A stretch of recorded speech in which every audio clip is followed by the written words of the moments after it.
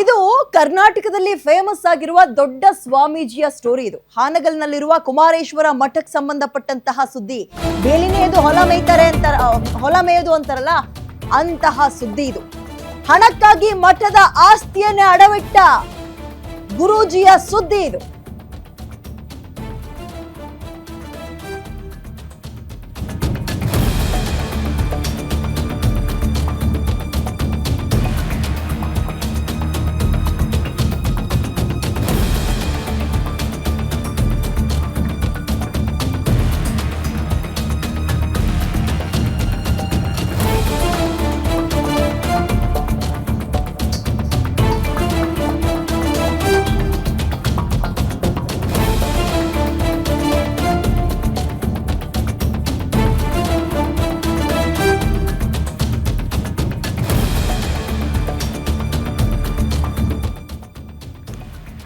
ಹಣಕ್ಕೋಸ್ಕರ ಮಠದ ಆಸ್ತಿಯನ್ನೇ ಅಡವಿಟ್ಟ ರಾಜಯೋಗೇಂದ್ರ ಸ್ವಾಮೀಜಿಯ ಸ್ಟೋರಿ ಇದು.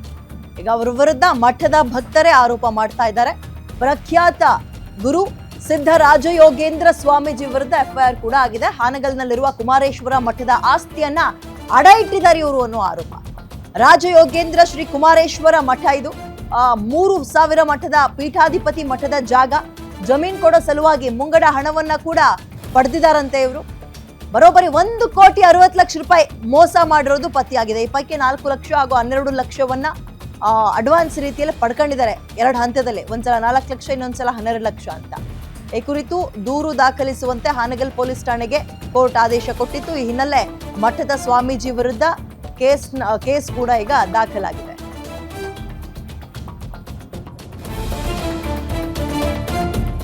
ಈಗ ಗೋಲ್ಮಾಲ್ ನಡೆದಿದೆ ಅನ್ನುವಂತಹ ಆರೋಪಗಳು ಈಗಾಗಲೇ ಬಂದಿರುವ ಹಿನ್ನೆಲೆಯಲ್ಲಿ ಇಲ್ಲಿರುವಂತಹ ಎಲ್ಲ ಭಕ್ತರು ಕೂಡ ಈಗಾಗಲೇ ನೊಂದಿದ್ದಾರೆ.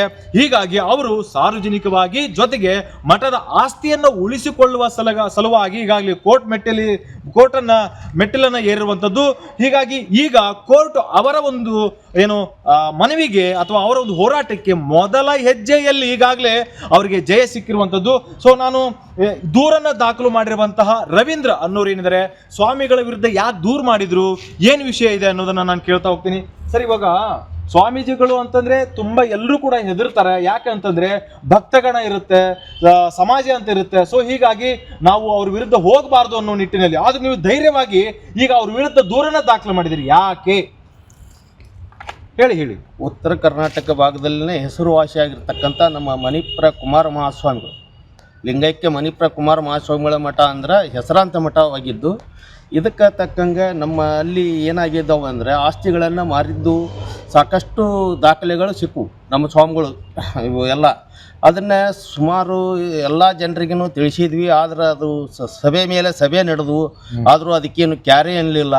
ಆನಂತರ ಶಂಕರ್ ಬಿದ್ರಿ ಸಾಹೇಬರು ಬಂದಿದ್ರು, ಅವರು ಇದನ್ನ ಮಾಡಿದ್ರು, ಅವರು ಏನು ರೆಸ್ಪಾನ್ಸ್ ಆಗಲಿಲ್ಲ. ಈಗ ದೂರಿನಲ್ಲಿ ಏನೇನು ಉಲ್ಲೇಖ ಮಾಡಿದಿರಿ ಅಂದ್ರೆ ಎಷ್ಟು ದುಡ್ಡನ್ನ ಹೊಡೆದಿದ್ದಾರೆ ಅಂತ?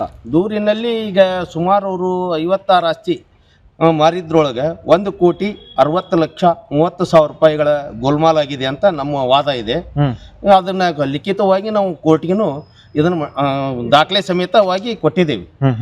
ಆನಂತರ ಈಗ ಈ ನೊಂದ ಭಕ್ತರ ಪರವಾಗಿ ನಾವು ಮಾಡಾಕತ್ತೀವಿ, ಎಲ್ಲಾ ನೊಂದ ಭಕ್ತರು, ಮಠದ ನೊಂದ ಭಕ್ತರ ಪರವಾಗಿ. ಆಮೇಲೆ ಭಕ್ತರಲ್ಲೇನೋ ಒಂದು ಇದು ಇರುತ್ತಲ್ಲ, ಅದು ಕಾಮನ್ ಆಗಿರುತ್ತೆ. ಅದಕ್ಕೆ ನಾವು ನೊಂದ ಭಕ್ತರ ಪರವಾಗಿ ಅದನ್ನ ಕಂಪ್ಲೇಂಟ್ ಮಾಡಿದ್ದು ನಿಜ.